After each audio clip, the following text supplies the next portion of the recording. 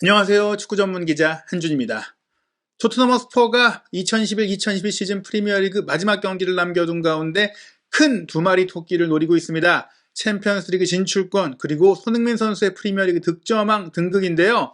마지막 라운드 일정은 한국 시간으로 5월 23일 월요일 0시에 일제히 열립니다. 토트넘은 승점 68점으로 4위, 아스널이 승점 66점으로 5위인데요. 노리치 시티와 원정 경기를 치르는 토트넘은 비기기만 해도 승점 69점이 되면 아스널이 에버튼을 이길 경우 승점 69점 동률이지만 골 득실차에서 토트넘이 플러스 24, 아스널이 플러스 9로 큰 차이가 있기 때문에 토트넘이 4위를 지키게 되고 결국에는 자력으로 챔피언스리그 진출에 성공하게 됩니다. 아스널은 토트넘이 지기를 바라야 하는데 노리치 시티를 상대로 토트넘이 진다는 것은 쉽지 않다. 사실상 거의 불가능에 가깝다라는 게 영국 현지 언론의 전망이고 아스널도 일말의 이제 기대를 놓지는 않겠지만 어렵다라는 분위기를 감지하고 있습니다. 맨체스터 유나이티드가 사실은 프리미어리그에서 4강을 차지할 것이다라는 전망이 시즌 초반에 많이 있었지만 후반기 극도의 부진을 보이면서 승점 58점으로 6위, 심지어 이제 마지막 라운드 결과에 따라서는 7위인 웨스트햄 유나이티드가 6위로 치고 올라갈 수가 있어요. 맨체스터 유나이티드는 크리스탈 팰리스와 원정 경기를 치르게 되고 웨스트햄은 브라이튼과의 원정 경기를 치르게 되는데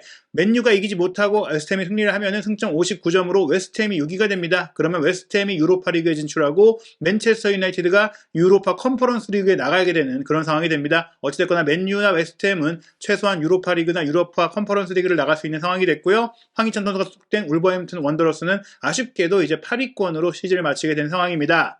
토트넘과 노리치의 경기를 앞두고 토트넘 입장에서는 희소식이 있었는데요. 양팀의 부상 선수 현황을 보면은 토트넘은 이미 크리스티안 로메로와 세리히오 레길론까지 추가적으로 시즌아웃 판정을 받으면서 수비 라인과 측면 윙백 자원, 중앙 미드필드 자원에 좀 이탈 자원이 꽤 많은 상태죠. 하지만 이런 상태로 아스널전과 번리전을 잘 치렀고 또 번리전 이후 충분한 휴식 기간을 가졌기 때문에 토트넘 선수들의 컨디션은 좋을 것으로 보이고요.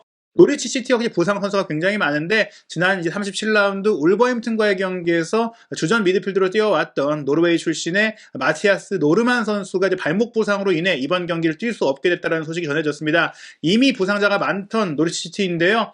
애초에 노르만 선수가 뛰기 전에 주전 중앙 미드필드로 뛰어왔던 케니 맥클린이 부상으로 이탈을 한 상태였고요. 공격 라인의 조시 사전트 그리고 임대 선수로 중앙 수비를 책임졌던 오잔 카박도 부상 중이고 후보 자원으로 전천 로테이션 선수로 쓸 수 있었던 공격수 아담 아이다, 스위스유 앤드류 오버바미델레, 크리스토프 짐머만 이런 선수들도 빠졌기 때문에 팀의 밀도가 많이 떨어져 있는 상태입니다. 특히 노르만의 이탈이 안타까운데요. 맥클린이 없는 상태에서 노르만이 투입돼서 공격 전개 능력을 굉장히 잘 보여줬거든요. 드리블 돌파라든지 또 스루 패스라든지 공중볼 경합이라든지 공을 막아내는 능력 모두 공수 양면에 걸쳐서 노르만이 그래도 맥클린의 공백을 잘 메워주고 있던 상황이었어요. 물론 패스 정확성이라든지 태클 능력이 좀 부족하기 때문에 수비 상황에서 허점이 있긴 했지만 그래도 이 선수가 중앙 지역에서 경기를 전개하고 공을 뿌려주는 역할들이 있었기 때문에 롱볼로 공격을 전개하는 역할도 있었기 때문에 그나마 또 22경기 1골 2도움으로 좋은 활약을 펼치고 있었는데요. 이 선수가 이제 부상으로 빠지게 되면서 노리치 시티의 중앙 미드필드 라인이 사실상 붕괴됐다고 볼 수 있겠습니다. 리스멜르 선수를 앞으로 전진 배치할 것으로 예상되는 노리치 시티의 3-4-2-1 포메이션에서 중앙 미드필드를 루프 선수와 길모어가 메우게 됐는데 루프도 길모어도 몸싸움에 능한 편이 아니고 또 수비력에 좀 아쉬움이 있기 때문에 이 선수들이 3백을 잘 보호할 수 있을 것이냐.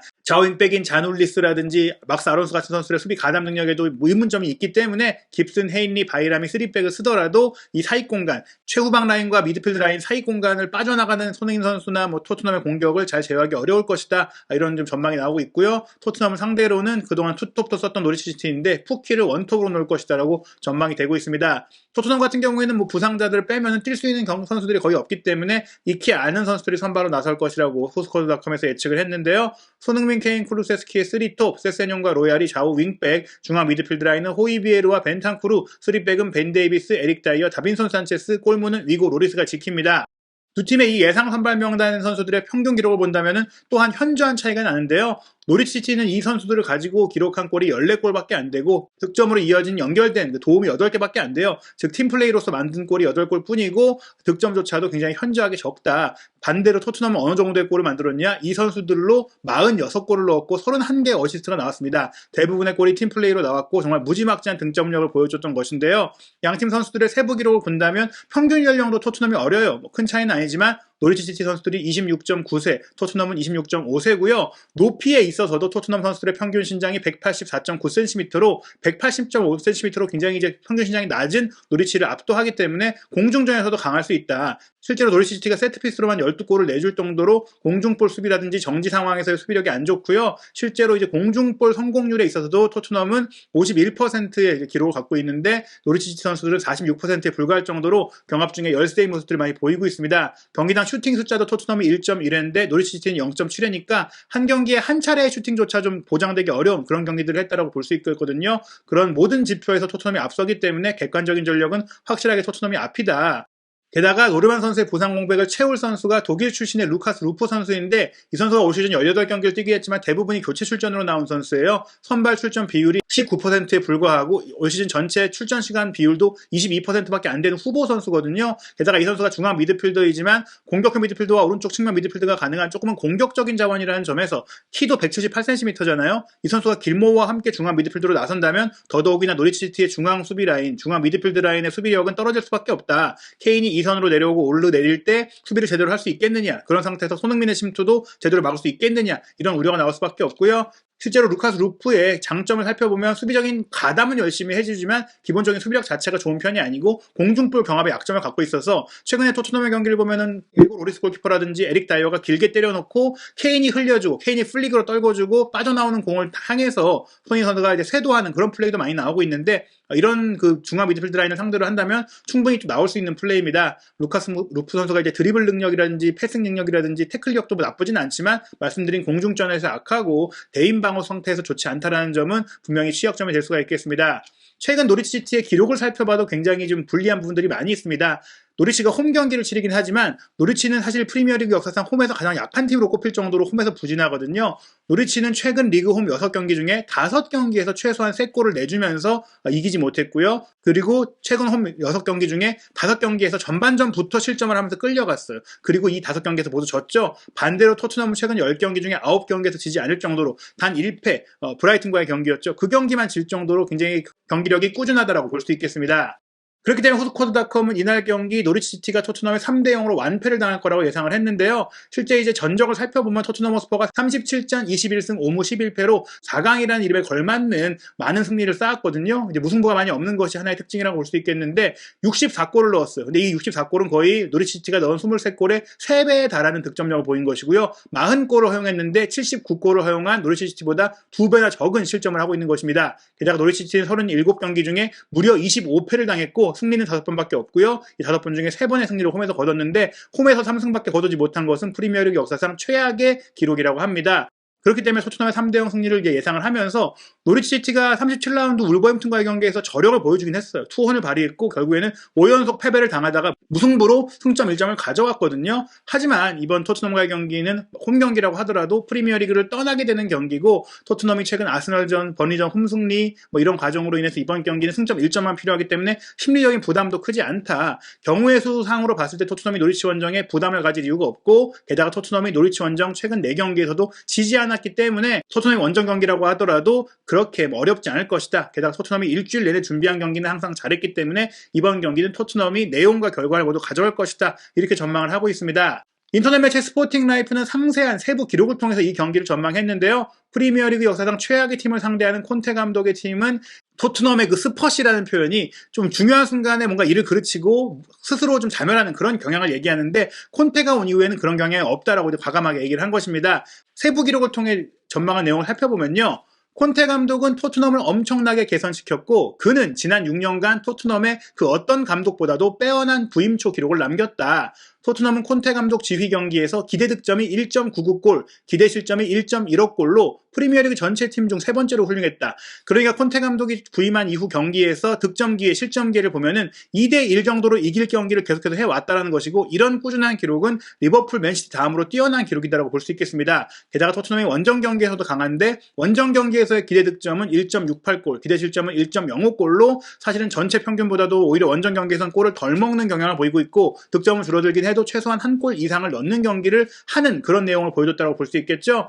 데이터 수집, 이 옵타라는 통계 매체가 생기고 세부 기록들을 수집한 이후로 봤을 때는 프리미어리그 최악의 팀이 노리치다. 왜냐하면 노리치 시티는 경기당 기대 득점값과 기대 실점값을 합산한 기대 득실값이 마이너스 1.14골이에요. 즉 한 골차 이상으로 매 경기 질만한 경기를 해왔다는 것인데, 이 기록은 이전 최악의 기록을 남겼던 팀 2016-2017 시즌 헐시티의 마이너스 1.02골을 깬 것입니다. 아직 이제 마지막 경기가 남았기 때문에 변수가 있겠지만 깰 가능성이 높다라고 또 얘기를 하고 있는데요. 실제로 이 기록을 살펴보면 2021 시즌 마이너스 1.14골 기대 득실점이 나온 것이 노리치가 최악이고요. 그 다음이 헐시티의 마이너스 1.02골이고, 지난 시즌 이제 강등된 팀 웨스트브롬이 마이너스 0.94골이었고, 노리치시티가 2019-2020 시즌에도 강등이 됐었는데 그때는 마이너스 0.92골이었거든요. 마이너스 1점대 이상이 나온 것이 근래 들어서 헐시티와 노리치시티밖에 없는 정도로 올 시즌 노리치시티는 정말 최악의 팀이라고 할 수 있겠는데요.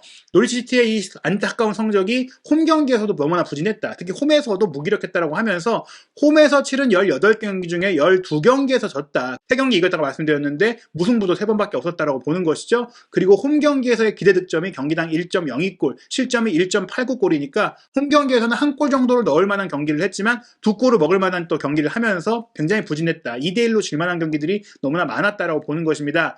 반대로 토트넘은 최근 좋은 폼을 보이고 있고 챔피언스리그 진출을 확정할 수 있다는 동기부여가 있기 때문에 노리치 시티가 토트넘 상대로 버티기 어려울 것이다라고 했는데요. 노리치 시티가 얼마나 형편없는지 말하자면이라고 단서를 걸면서 홈에서조차 다득점 경기를 한 적이 없다. 홈에서는 그래도 화끈한 축구를 보여줘야 되는데 안방인 캐로우 로드에서 치른 18경기 중에 12경기에서 합계 득점 3.5골 미만이 나왔다. 이게 상대팀 득점까지 합친 거니까 양팀이 합쳐서 4골씩 나온 경기가 없었다는 얘기예요. 그만큼 수비는 조금 신경 썼어도 공격력이 안 되다 보니까, 또 그런 상황 속에서도 화끈하게 축구를 못하니까 지지부진한 경기가 나왔다는 것이죠. 반대로 토트넘은 콘테 감독 체제에서 치른 원정 경기 13경기 중에 8경기에서 이겼기 때문에 원정에서 특별히 약하지 않고 오히려 강세이다. 그래서 토트넘이 이 경기를 이길 것이다 라고 전망한 것입니다. 상세 스코어로 보자면 노리치 시티를 상대로 토트넘이 쉽게 이길 것이다. 무득점으로 이길 것이다 라고 전망하고 있어요. 무득점 승리 배당률이 23대 20이니까 거의 1점대, 우리가 흔히 아는 배당률을 봤을 때 1점대가 나올 정도니까 토트넘이 노리치 시티를 상대로도 단단한 수비를 보일 것이고 상대의 기회를 허용하지 않을 것이다. 그런 가운데 이제 노리치 시티가 홈에서는 대부분 3.5골 미만의 경기를 했으니 1대0으로 토트넘이 이기거나 2대0으로 이기거나 2대1로 이기거나 3대0으로 이기는 3골이 넘지 않는 스코어상에서의 스코어 라인을 예상할 수가 있겠는데, 현재 가장 많은 베팅은 토트넘의 2대1 승리에 몰리고 있다고 해요. 하지만 스포팅 라이프는 토트넘이 2대1이 아니라 이 데이터에 기반한 것을 떠나서 지금의 기세를 본다면 충분히 대승을 거둘 수 있다. 그리고 시즌 마지막 홈 경기를 치른 노리치 시티 선수들이 수비적으로만 경기를 할 건 아니잖아요. 이미 강등이 확정됐고 홈팬들에게 뭔가 화끈한 걸 보여주려면 치고받는 경기를 하게 될 텐데, 그런 상황이 되면 토트넘이 환영할 만한 열린 공간이 나오게 되고 토트넘이 일찌감치 골을 넣는다면 충분히 다득점이 나올 수 있다. 3대0으로 토트넘이 이길 것이다 라고 전망을 한 것입니다. 이런 가운데 최근에 손흥민 선수에 대한 극찬을 계속해서 이어가고 있는 에스턴 빌라 출신의 프리미어리그 레전드, 잉글랜드 대표를 거치기도 했던 게이브리얼 아그본라허가 또 한 번 영국을 대표하는 라디오 방송 토크스포츠에 출연해서 최종전을 앞두고 누가 득점왕을 차지할 것 같냐는 질문을 받았는데 손흥민 선수가 득점왕을 차지할 것이다, 모하메드 살라를 제칠 것이다 라고 얘기를 했어요. 클롭 감독이 살라의 득점왕 여부를 신경 쓰기보다는 살라의 몸 상태, 부상, 회복 여부를 더 신경 쓸 것이기 때문에 울브스와의 경기까지도 안 나올 가능성이 있다고 전망을 했고요. 손흥민 선수 같은 경우에는 토트넘이 워낙에 강력한 모습을 보이고 있는데 노리치시티와의 원정 경기 당연히 또 승점을 얻어야 되는 경기이기 때문에 출전을 할 것이고, 나는 손흥민 선수가 골을 넣으면서 토트넘이 4골이나 5골을 넣을 것이라는 게 그 생각이 된다. 그런 생각이 든다. 그렇게 얘기를 했어요. 토트넘이 3골을 넘어서 4, 5골을 넣을 수 있고, 그렇다면 손흥민 선수가 그 안에서 충분히 한 골 이상을 넣고 살라와 최소한 동률, 아니면 살라를 넘어서서 단독 득점왕이 가능할 것이다 라고 전망을 했습니다. 과연 이런 전망대로 토트넘이 승리할 수 있을까요? 유럽 주요 18개 스포츠 베팅 업체의 평균 배당률을 보더라도 토트넘이 원정팀이지만 절대적으로 우세하다는 평균이 나오고 있습니다.